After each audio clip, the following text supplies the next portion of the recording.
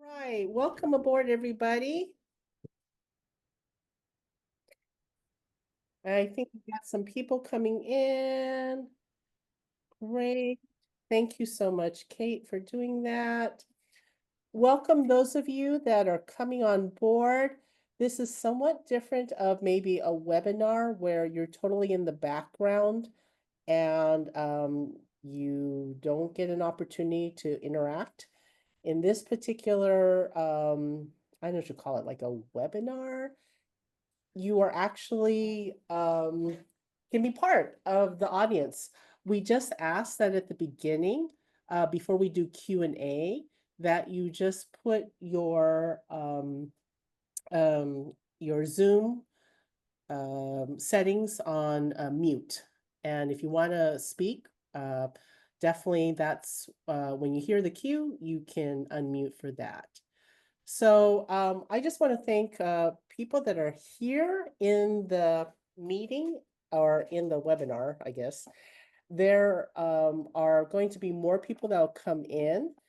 And so maybe what I'll do is I'll start with an introduction of myself and kind of the context of this. I'm Kelly Vaughn.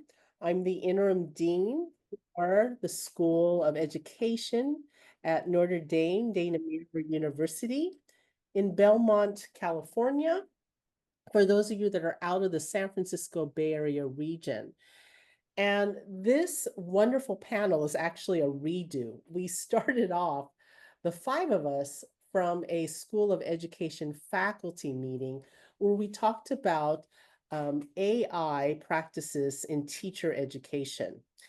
And maybe it was a kind of a good timing in disguise when I forgot to press the record button, because I realized, oh, there was such great content information here that can be shared with other educators, as well as putting up into our university website, that we're doing a repeat. So this is a repeat of of what we did several weeks ago. And I want to kind of hand off from here. Notice that we're in the immersive view. So this is the kind of view for those of you that are going to come join later with me. Kate, I think Carol is in here down the road for our social emotional learning Saturday symposium series. This will be the same kind of immersive view format, except with 2 or 3 people instead of 4, or what we had earlier for 5 people. So I'm going to go ahead and turn it to my wonderful panelists to introduce themselves, starting with Kate. Thank you, Kelly. Thank you so much. I've already kind of put a couple threads into the chat. I think all of us would love to know who's in the room and what role you play in education, because Kelly has given us a snapshot as to who all signed up, but it's always fun to know, who your audience is, who you teach, who you support, because that will obviously gear some of our reactions and the responses. But I am Cate Tolnai, and I work currently as a freelance support provider in the areas of digital learning, artificial intelligence, and educational marketing. And I had met Kelly along this journey through LinkedIn, which, if you're not on there, get on there, because it's a fantastic place to find amazing people. And I have recently been spending some time sharing my research in the areas of AI literacy implementation in K-12 education. And it was through some of those posts and also sharing out some other work I had done with LA County. And it's just been a pleasure to be connected to Kelly and all the work that she's doing and these other amazing humans, Nick and Stacy. And I've been in education 22 years, 10 of those were in the classroom, and the last 12 have been dedicated to teaching teachers how to integrate technology. And I'm grateful to be here, and thanks for being with us. Thank you so much, Kate. And Kate and I think, share another mutual friend. I think it's Alicia Zare, right? And Alicia was from the Sunnyvale School District, where my husband worked for many years. Nick, on to you. Hi, everybody. My name is Nick Pinder. I am with ASCD ISTE, which is an acronym. I'm going to say it all right here: the Association for Supervision Curriculum Development and the International Society for Technology in Education. ASCD ISTE, a little bit easier to say, roll off the top of the tongue. So I work on the standards team at ASCD ISTE on the ISTE standards side of things. And recently, we've been doing a lot of work with teacher preparation in regards to, well, all of it really, but specifically, as you can imagine why we're all here today, a little bit more in the AI side of things with teacher ed preparation, sort of building that bridge between the faculty members preparing the new teachers and also the new teachers themselves who are studying to become teachers, getting their licenses or credentials, if you call them that in the state of California, to enter the classroom, to really have the sort of that foundational knowledge and sort of understanding and skills to work with artificial intelligence and what it means to use AI as a teacher and also a learner for teaching and for learning. So I'll save a little bit more for later on once we get to some of the questions. But it's so very nice to see all of you and to be a part of this awesome team, sharing what we got to share today. So thank you so much. Thank you so much, Nick. And I got to know Nick through a colleague of mine, Chrissy Knott, who is our faculty here. And Chrissy also knows the next person as well. So go ahead, Stacey. That is funny that I have that connection with you through Christy as well. Hi, everyone. I'm Stacy Cradaville. I am a high school teacher in the San Mateo Union High School District, just up the road from Notre Dame. And we are learning a lot about AI as everyone else is kind of dipping their toes in and getting started. But I have started a AI fellowship program for our district so that teachers can have some time and space to explore and learn how to navigate this new territory. So that has been a great learning experience for me. And I look forward to talking a little bit more about that and sharing all I've learned throughout this webinar. I'm also a founding member of a group called the Human Intelligence Movement. And like Kate mentioned, LinkedIn is a great resource for learning from other educators. And I actually got connected with the Human Intelligence Movement on LinkedIn over the summer. And this is a new movement that prioritizes really amplifying our uniquely human skills and the things that make us human, like our collaboration skills, our empathy and problem solving, decision making. All of that needs to grow alongside of our AI skills, because you don't really have AI skills if you are not also thinking critically.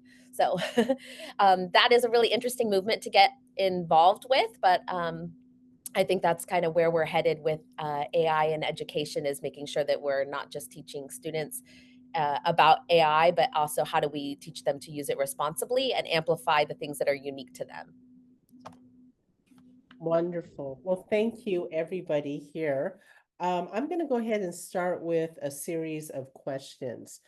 And as additional questions may come up, it may be afterwards, and then also we can open up to anyone in the audience that would like to share a follow-up question. So the first question is, what's driving the surge of interest in artificial intelligence in education? Why is it essential for teacher education programs and consequently from K-12 teachers to address AI's impact on teaching and learning? So if anybody from the bottom half of the screen want to take up that to start off, feel free. Sure, I can go ahead. I think, well, first and foremost, of course, AI, whether we know it or not, has been around for quite a while. I think they coined the term in like the 50s or the 60s or something like that. And if you've used Google search or Google Maps, and I'm trying to think of another example that's not Google, but any algorithms on some of your favorite social media apps, et cetera, that's already artificial intelligence, right? I think what really kind of kicked off the conversation recently was ChatGPT launching, I think late 2022, 2023. I forget the timeline. Feels like it was 2 weeks ago, but that's very much not the case. Really, at least from my perspective, right? ChatGPT really kind of took the lid off the, oh my gosh, it can do this and that. We can, generative AI is kind of the more the word for that, of, instead of AI really just kind of being in the background with algorithms and kind of showing you things, it's generating things, right? Generating text, generating images, generating video, as sloppy as it was at the beginning, right? Kind of just the whole, the news stories of like, is the essay going to be removed? Like, what about, what they call deep fakes, right? Making fake photos of people to sow disinformation, actively spreading lies, et cetera, kind of really sort of took the lid off, right? And really kind of that second portion, at least from my perspective, and I'm always so interested to hear from Stacey and Kate on their perspective too, is like, as those news was coming out, folks in the classroom and behind the classroom, behind the teacher's desk and in admin offices as well, starting to think the same things of like, oh, well, how will AI be used in schools? Or can we not do essays anymore? Like, can teachers not assign that? What about the bigger implications, like of like I was mentioning above, like fake videos and fake photos, for example? How is that going to interact not only teaching, but what happens outside the classroom? So it's really essential in teacher education, right? Not just for making sure bad things don't happen and students are honest with their work and actually doing the learning, right? But also away from the negatives and kind of the scary part, it has a really powerful opportunity to sort of supercharge, is the word that kind of comes to mind, how teaching and learning can be done. For example, like having chatbots, right? Talking to ChatGPT and saying,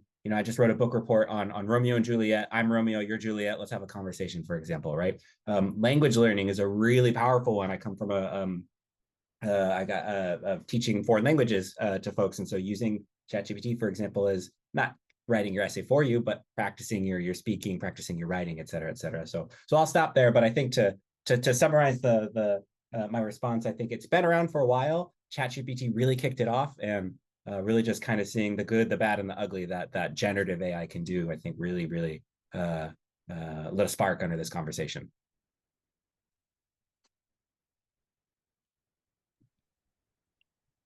So Stacey or Kate, if you guys want to add more to that, from what you see from a teacher's or even a teacher faculty perspective. I'll chime in then. So from the experience that I've had with my colleagues and talking about AI, I really think that there's a couple things that are driving us towards learning about AI. It's the curiosity of what is the potential of this tool for teachers to really adjust and enhance what we're doing in the classroom. And then the fear of what is this going to do for my students, and will it become something that we're over reliant on, and how do we prevent our students from not giving all the power to the technology and not thinking through the work that we're giving them and really wanting them to learn, right? So it's a combo of those two things that I think are bringing AI to the forefront. Definitely, like Nick said, like with generative AI being as easy to use as it is, you don't have to have a coding background. Anybody can come have a conversation with a chatbot and get somewhere. There are some things that you can do to get a better output, but generally speaking, anybody can access these tools, and they're like on every single smartphone. So the implications, the curiosity of how does this impact my teaching, and then how is this going to impact student learning, and the fear of what could come on the negative side. Those are really coming to the surface for me and other people I talk to. Yeah, and I would just to build on that, as far as what to do with these emerging educators that are needing to really be trained in so many different areas of education and curriculum. And I think to myself, like so many conversations I have with schools and districts revolve around, student data privacy with AI and safety, compliance. And what's interesting is there's not as much conversation happening at schools and district at that leadership level around like actual fundamental and basic training for educators that are in the classroom right now. And because of that, we do have this kind of confusion and overwhelm and fear, but curiosity, like all these different emotions, right? And it's happening so fast. And at a certain point, I think that there needs to, we need to press that pause button and think about, what's already in place in our teacher ed programs and in our support systems that can just be made maybe more efficient using AI, or perhaps having an AI forward lens with some of these systems and some of these processes may actually create moments where educators are experiencing AI and are doing it mindfully. And I think if we carve that out as leaders in this space, and I see so many of you have like really big impact in the work that we're doing for next generation of educators. Like, I think if we can engage in artificial intelligence, in generative AI ourselves, and be mindful about it, we have there's a much higher chance that that will then work its way into our teacher prep programs and support programs, which will eventually make it to the classroom. Wonderful. Thank you. So that is a great segue to the next question. And that is, what types or how can AI enhance tools or resources can be effectively integrated for, I'm going to broaden or tweak this question, can be integrated to help with teacher practices, whether in teacher education, such as teacher candidates and or even K-12 teachers. And I got your sites in the background, everybody. So when you're ready, I can share that information on the chat as well as on the shared screen. So I don't know who would like to start first. I'm wondering actually if Nick, if you don't mind, from the teacher education world, and I'm going to display ISTE in the background. Yeah, thank you so much. So, yeah, so like I mentioned in my introduction, I work on the standards team at ISTE, and part of the work we've been doing with the standards, which are the set of standards are not how to use technology, right, but how to really put pedagogy first and use technology in service of learning. That's kind of an unofficial motto at ISTE ASCD, is that the learning and the pedagogy comes first, and the technology second. So one thing that we recently launched, and we're going to be doing a lot more work in the year that's coming, as we just recently launched it's a 5-hour self-paced course that we're calling sort of the AI Essentials for Future Teachers. And this is a course that's specifically designed for pre-licensure teachers, meaning those teachers who are undergraduate students or masters of arts in teaching, who are pursuing a teaching license or a teaching credential, right? So this course is designed for them and the faculty who's teaching those future teachers, right? So at this higher education level, for folks who want to really just learn more about the foundations of teaching with, but also teaching about artificial intelligence. Generative AI is kind of the theme of the course, but largely takes that scope of AI as well. So we recently designed this, and this is all part of a work that we've been doing with Notre Dame, as well as almost 120 other teacher prep programs around the country, and a few from Mexico and some from Puerto Rico as well. So really getting it a little bit more international, something that we're calling the Digital Equity and Transformation Pledge. And so what this pledge is created by us, ISTE, and the U.S. Department of Education in June 2022, and really just sort of creating this North Star, this sort of guiding vision, this aspirational commitment from teacher prep programs all over the country and the world to really have this shared language of what we're aiming for when it comes to specifically training for teachers to enter into this new classroom of using AI, teaching about it, teaching with it, right? And kind of really putting that pedagogy and the learning first, and how can we use our tools, AI, ChatGPT, all these other stuff to really enhance it, right? So Kelly's showing a little bit of the screen, on her screen, a little bit of the website that's about the pledge. And this pledge is really largely for teacher preparation programs. But this, this work will really distill into those new teachers who are coming into the classroom for the first time that, have a lot of, stressors going on them, and can really kind of, bring some fresh air, right, when it comes to technology perspectives and being able to, have a strong sense on AI. So Kelly's showing a little bit here of some of the resources that we provide to folks who are interested in the pledge. And I'm going to drop an additional link in here, Kelly, if that's okay, not to steal your thunder whatsoever, I think they recently changed the names of these PDFs here, but the team who's largely in charge of a lot of the AI work recently came out with something they're calling AI lessons, and they're totally free and available in English, Spanish, and Arabic. And what these are, it's 5 different PDFs centered around sort of the elementary level, the secondary level, AI ethics, and I'm forgetting the other 2. I studied right before this, I promise. I'm only getting 3 out of the 5.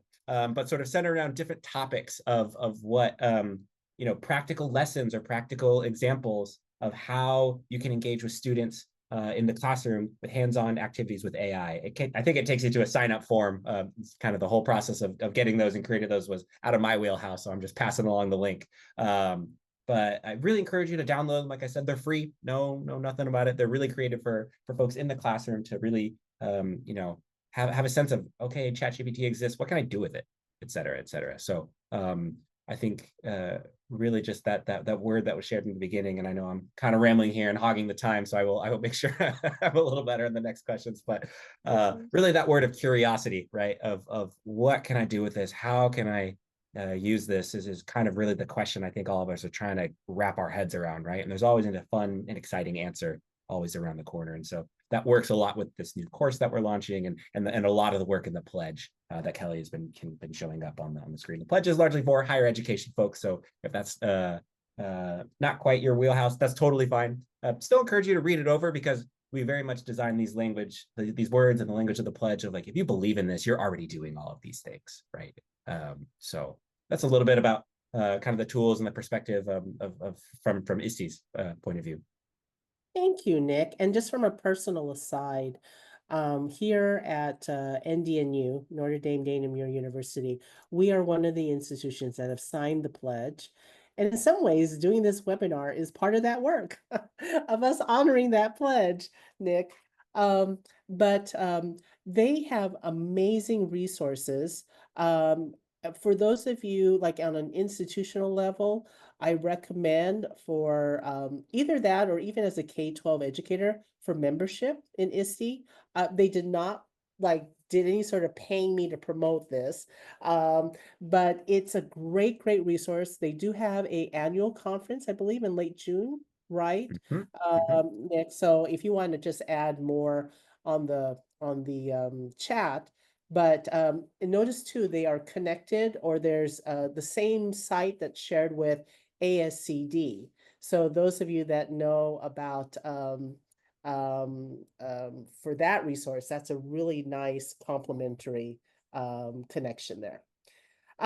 Okay, so that regard, let's see, either Kate or Stacy, you guys want to share, and I'm happy to share the screen of what you guys are affiliated with. You want a Rochambeau, Stacy? Why don't you go, Kate? Fair enough.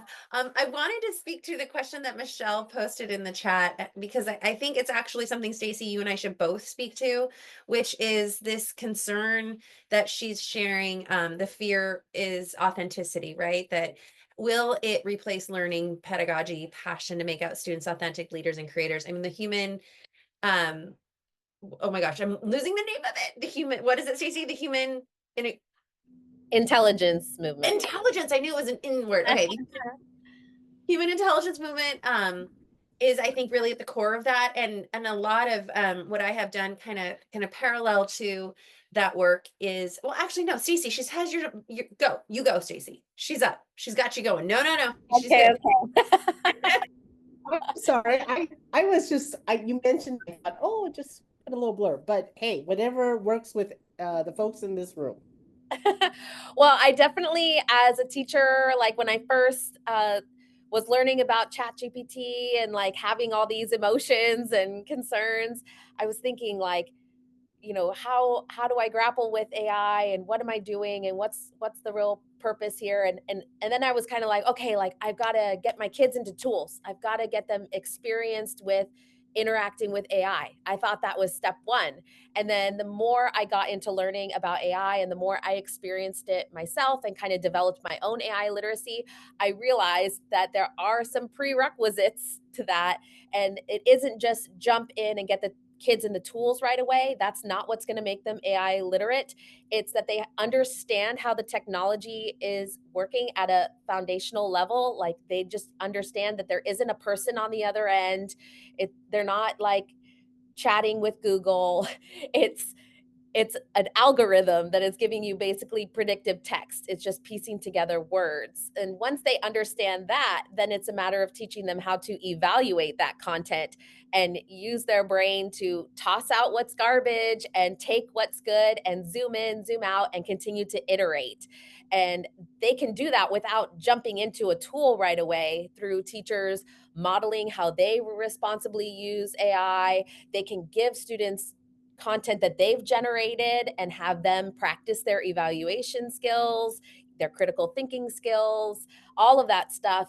And so that just is really amplified in the work that the human intelligence movement is doing, that it's not about diving in and just getting kids into tools. It's about really teaching them what is the purpose, what are you using it for, and to really mindfully use your brain and not just use AI to replace human thought, that you're using it as an extension of your thinking and being strategic. And also just really knowing like what does make us unique as humans and what does bring value to our lives, and keeping that in the front and center. Right. So I've really enjoyed talking to other people in this group because they all kind of have that same mindset. So if you enjoy collaborating with other people or just connecting with other people that are like-minded in that, you can join the movement on that little join now button, and it actually connects you to like a whole Slack channel with other people that have that same philosophy of centering humans in this whole AI human connection. And then they have social media accounts as well that you can follow. You don't necessarily have to join the movement and be part of all of that. You can follow on socials and learn from all the brilliant people that are experimenting, because we're all just experimenting. Wow, that's great. And it is interesting because it's what what Nick introduced and what Stacy's alluding to, a little bit more specifically for teachers, is the AI as a tool and not as replacement. And we in the driver's seat as educators, how do we utilize that AI to help us and our students really garner into thinking critically and using the AI tool to help further achieve what we were looking for in terms of critical analysis and higher order thinking. I mean, that's like the dream for all new teacher candidates. At least that's what we go for. So I'm going to use that to turn it over to Cate. And Cate, if you want to share that example, like live example, that's a great time. I can also put in the Campo Creativo at any time you want me to do so. Do So you I'm going mind to if stop. I share? Yeah, go ahead and share. Okay, awesome. Okay. So just to piggyback on what Stacy's sharing, what Kelly shared, and what Nick, the conversation Nick even started, right? That we as educators, we are experts at what we do. We understand child development, we understand curriculum instruction, we understand instructional design. Many of us are at a level of impact where we actually like help make some of those decisions for teachers, and we are growing the next generation of teachers that are going to be doing this. And so I designed this roadmap image to just really be a conversation starter for different communities to grapple with the role that AI will play for their school community. And I won't unpack it in great detail. I'm happy to share it after the fact, but I do think it's a great conversation starter, like I said, because we don't, it as much as many teachers might want to jump into a tool forward approach, there is something to be said about remembering just the readiness of each of our students, right? Like, is it appropriate for a third grader to be put into an AI tool, regardless of compliance or safety? Maybe their brains just really aren't there. In fact, I would argue that they likely are not. And so what conversations can we start as young as TK to get our students college and career ready by the time they graduate our systems in 12th grade? And so this is just kind of an opportunity for us to look at it as a scope and sequence over time. And speaking of scope and sequence, I wanted to also shine light on this resource called the Big Five Ideas, or excuse me, the 5 Big Ideas in AI that comes out of the AI for K-12 organization.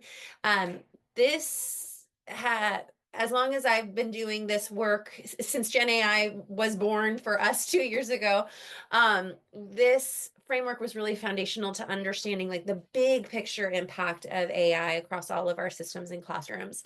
And so not only do I recommend any of you to dive into the 5 Big Ideas, which can be, you know, broken up, which you can see here, just a quick snapshot, but there's a ton of resources unpacking each of those.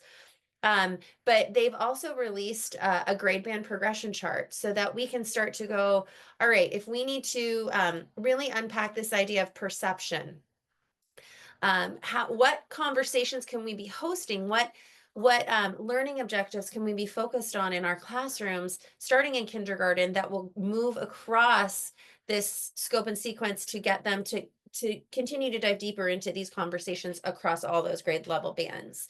And these are, you know, multiple page documents that are rich and full of resources and research that I just think are great next steps for educators that, you know, are looking for guidance and classroom implementation and instructional design. I really think there's some beautiful things that come out of this, as well as so many things out of ISTE that Nick hopefully will drop some links into the chat, because the curriculum that comes out of ISTE in this space is really phenomenal.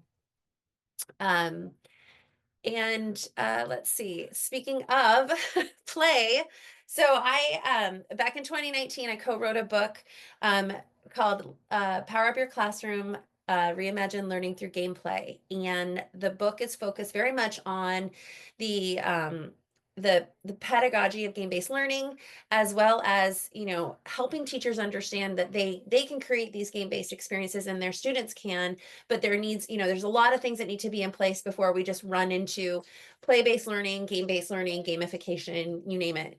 And so a dear friend, an amazing educator, Ed Campos, who was not able to make it to this call, but was on the previous call, he invited me to co-facilitate this monthly free webinar series. And I hesitate to call it a webinar because it's really meant to be an interactive session. And we call it the playground, the AI playground, hence the PLAI. And he runs this out of his amazing nonprofit focused on invigorating the Central Valley communities in the space of creativity and innovation.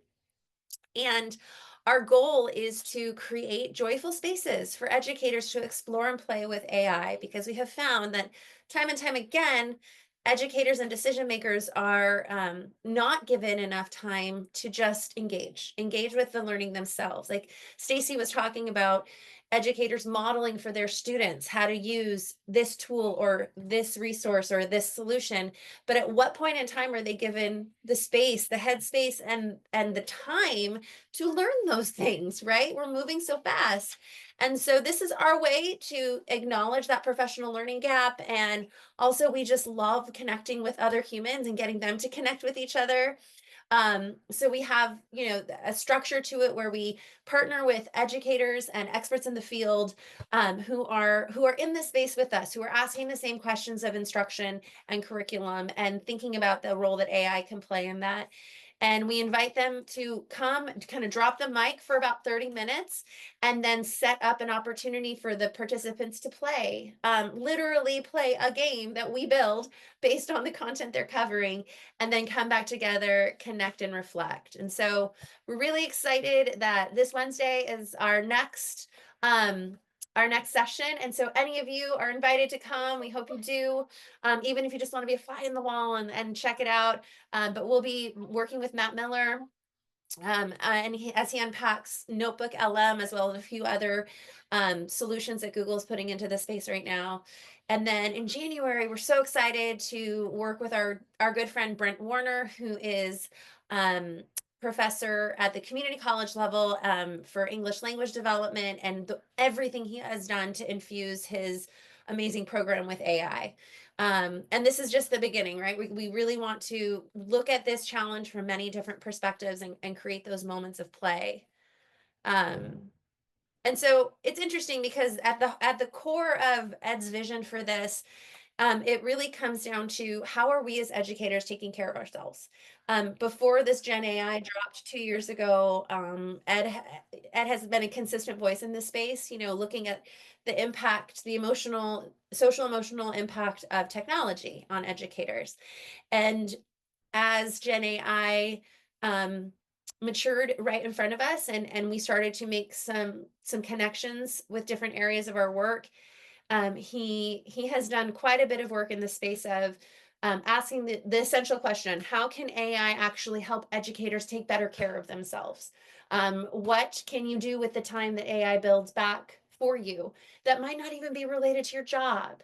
And so I use the Castle framework just as a reference point, because many of you may be familiar with this. And if you look at the self-management area of the Castle framework, I think this is really closely aligned to what Ed prioritizes, which is, you know, how can we manage our own emotions, thoughts, and behaviors effectively in different situations to achieve goals and aspirations?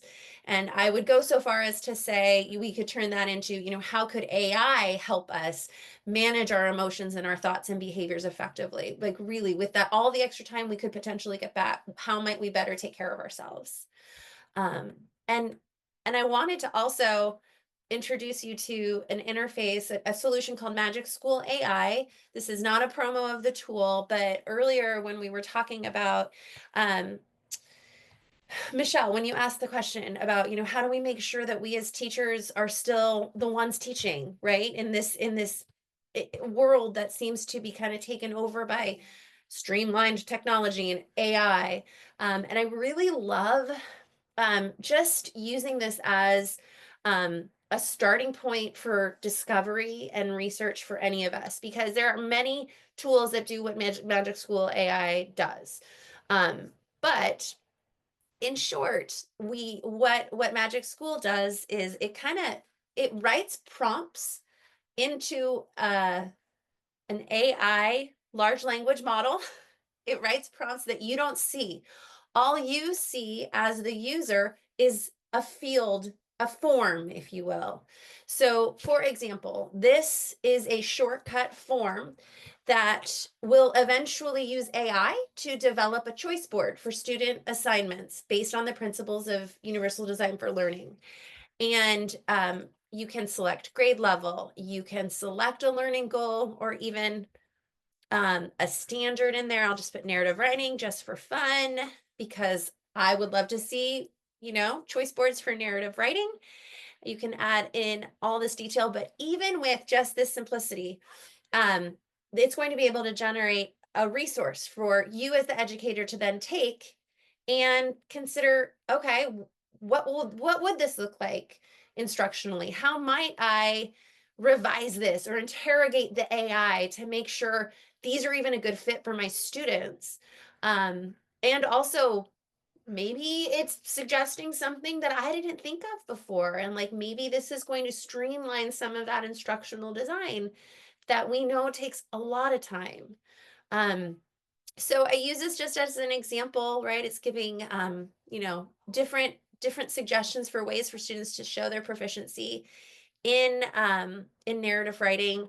And I also think it's kind of fun to then smash it up with other tools inside. So if I were to, for example, take this, illustrate a short story using a comic strip format, and I'm going to go back to the magic tools. I'm going to search out the rubric generator, because there is a rubric generator that a teacher can use, and you can set the scale. You can set the standard, which is illustrate a story. I'm going to just put the same thing here again. Don't judge me. I'm just throwing it in there. But just for fun, let's see what it can do with even just that little bit of information. So again, we're starting to see the streamlined processes in place. Does this mean you need to pick it up, use it, and go? Maybe, maybe not. And that's where you as the educator, as the human in the loop, gets to make that decision. And you're encouraged to talk to it, to say, I need you to also add spelling into the grammar and mechanics section. Let's see what it does. Moving right along. Let's see if it did what I asked it to do. Okay.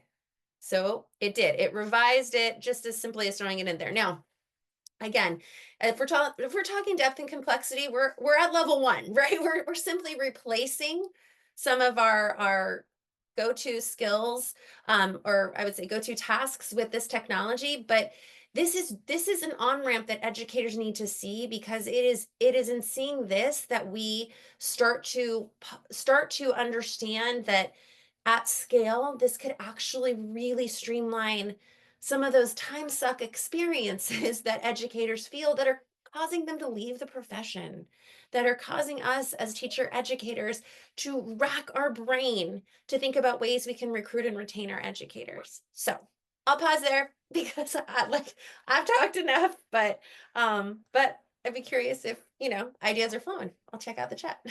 Yeah, and this is a lot of wealth of information collectively from all three of you. And actually, I don't know if you noticed this, but in many ways, you guys actually addressed the next several questions. So, but let me kind of recap here to see of a common thread, or um, a common thread in all of this, or patterns. And those of you that are in kind of in the audience learning this, is that if there's something that is interestingly put here, is that all of us are really prioritizing us as educators in our expertise, but invoking in it a social emotional learning aspects, the care, the thoughtfulness, the intentionality in everything that we do. And we aim to share that with our fellow educators here. Um, and so that is the bottom line for a lot of us as we move forward. I like to think of this as guidelines if we do AI, not necessarily policy, because guidelines to me includes policy of what is ethically responsible, as well as protection and security, especially of our biggest assets, which are the K-12 students. Alongside that is effective practices and the possibilities of where we can stem from that collectively into our various spaces. And so I think kind of putting this together, if there were some tips or advice, so this is a new kind of question, everybody here, that you would like to share, everybody here in this arena, this space, what would you want to share in terms of um, effective AI integration into your teaching spaces, whether you're a teacher educator training new teachers, or you're the K-12 teacher yourself? So I don't know who would like to take up on that. I can start. I'll go from the teacher educator perspective. I think something that was mentioned earlier. I'm so sorry, I forget who it was, either Kate or Stacy who mentioned it, but really kind of that look of it's not magic, it's not anything, it's just algorithms in the back end, right? And algorithms, right, are kind of a hard word to say, but a big fancy idea for just rules, right? And someone has to write the rules. So who wrote the rules? How did they write the rules? What sort of data and information did they get in order to write those rules, right? At least personally, to me, those are kind of the very interesting questions that teacher candidates and honestly faculty members too, right? The teachers of teachers, right? Kind of that meta perspective, don't necessarily need to have an answer for, but maybe it would good to have a sort of a framework of how to answer those questions, and maybe even more importantly, how to think about thinking of those questions, right? Like Google drops the new AI Gemini 2 for the next week, and kind of those questions of, well, what data are they using to train this new tool, right? Like, what are some of the biases that might come out? Because we're all human, we're all not perfect, and there's some biases that show up. You ask one of the image generators to create an image of a say a person, like a teacher, for example, what sort of stereotypes are generated in that image? Is there a color of the skin that's shown up? Is it a specific gender identity that shows up, right? Those are those kind of questions that sort of lead into those interesting discussions of, this is really a tool that can be really good, that can also be potentially harmful if they're not these topics aren't addressed, and really can launch as an interesting case study. It was honestly a TikTok series that I watched recently, where this one college student had to go to the academic dishonesty office. That's what she called it in her university, because her professor accused her of cheating and on an essay, and she was like, I didn't cheat. And the reason that the professor is accusing this student of cheating is because she used Grammarly. And if you don't know, Grammarly is kind of like an external app, just similar to Microsoft spell check, right?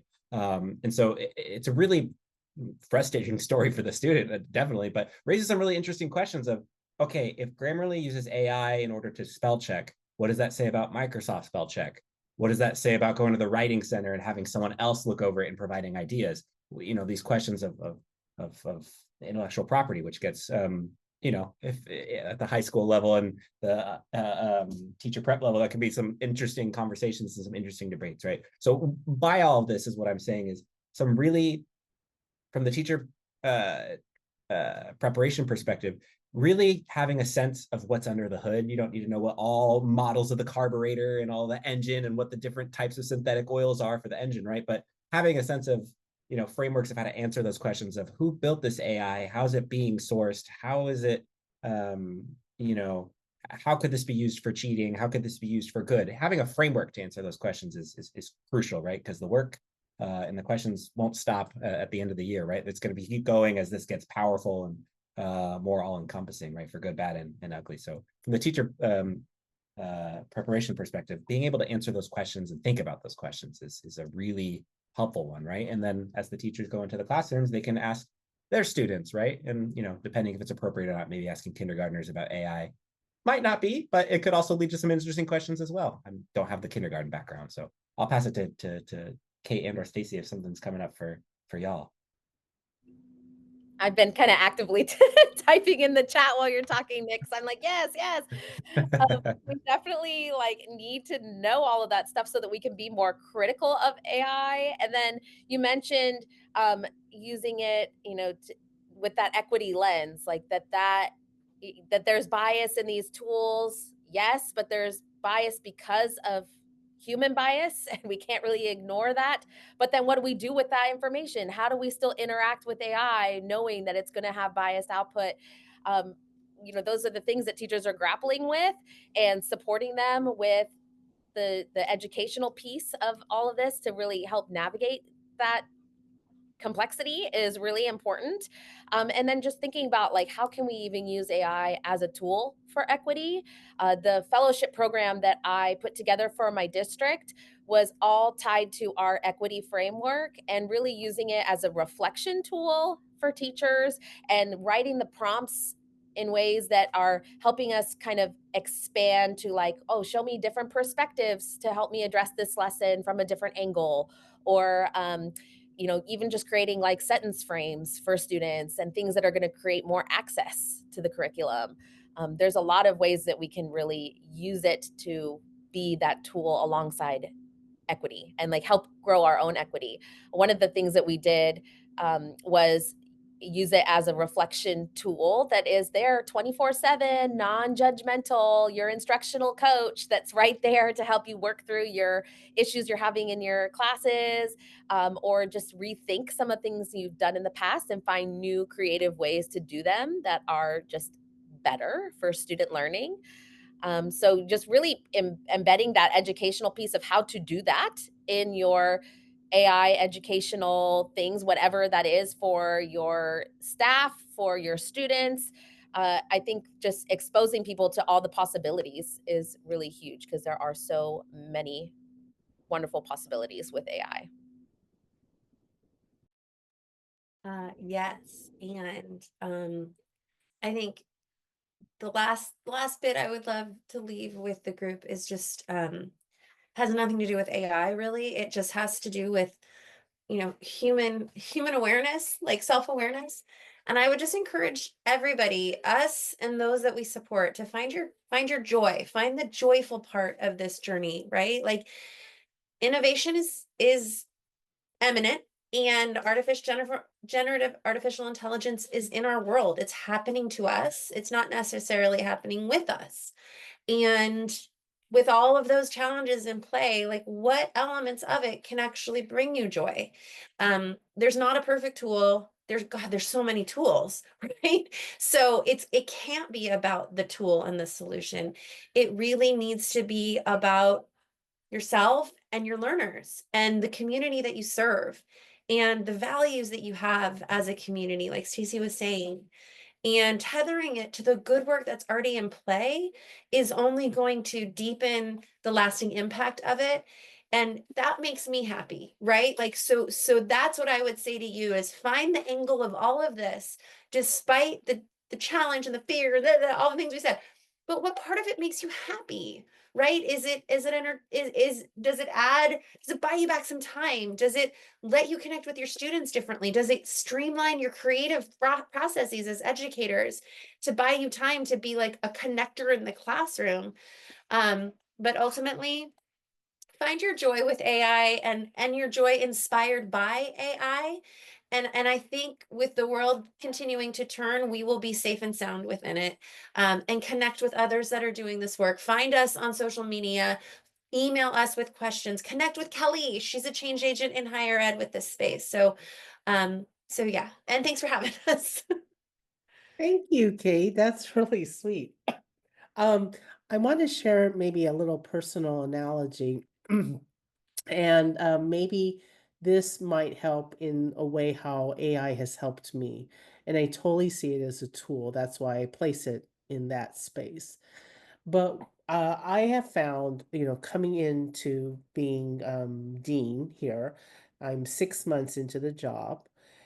There's a lot more different kinds of skills that are involved than what I was accustomed to as a faculty, and then before that as K-12 teacher. Those of you that may know me from before, I taught for 10 years in the public school space. And this is a different set of skill set, and one of which is the amount of email communication and communication in general for sometimes some politically charged or some emotionally sensitive or charged issues that other faculty or other administrators really care about. And what I have found is my initial response, what I do is I write out a draft and then I feed it through AI. I feed it through, in this case, Meta, Llama, and I see what the result come out of it, and I say, is there a warmer tone or a collaborative tone? And they share something, and then I kind of work with the going back and forth with the AI tool. And what I discovered when I was talking this with a faculty colleague in the School of Psychology, we both realized, wow, this is actually an emotion checker. What it does is it helps de-escalate kind of like the emotions behind it and put it in its proper place that could be depending on how you want, because you're in the author seat, whether as a professional tone or a warm tone or a collaborative tone. But nonetheless, it's a positive tone. And it dawned on me that my first draft may have more of that negativity on it that removes the edge off because of some better syntax or better framing and wording of it. And I think I see the results of it. It kind of saves me from maybe future headaches or potentially what could have been even more of a disruption or more of a larger misunderstanding simply because the tone and the connotation in my communication was a different flavor. So that's something to think about. And I'm sorry I kind of went on a spiel on that, but I was just impressed of how AI is again a tool was something I wanted to come across as a administrator, but in a way that actually produces more collaborative results. Um, so That said, um, I'm pretty sure with each of these folks, with me, it's not a one and done deal.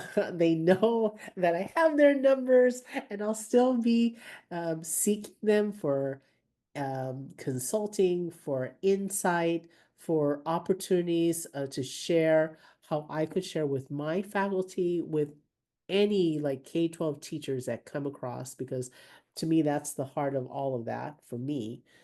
And that said, we have ongoing things. I invite all of you here too. Take in what you share, what you see here as your continuing journey with professional development that may include AI. And again, feel free to reach out to any of us. Myself, I think people have my email. um, and I'm one that loves to kind of redirect you to all these places. It's really cool that we have two folks here, one in the audience and one here, Kate. This is in a way kind of a neat segue into our next set of series, our Saturday Symposium on Social Emotional Learning. In spring of 2025, we're looking at the third Saturday of each month. And we're going to be starting off on January 18th with Carol Ruiz. And she's got a two-part series. Amazing information on that's reflected on nonviolent communication. Now, it sounds like, oh my gosh, nonviolent communication, but some powerful tools there that even a lot of parents, because she's done parent education classes, that have been very, very helpful. So are there any questions before I guess we call it a day? Anybody from the audience or even among us panelists?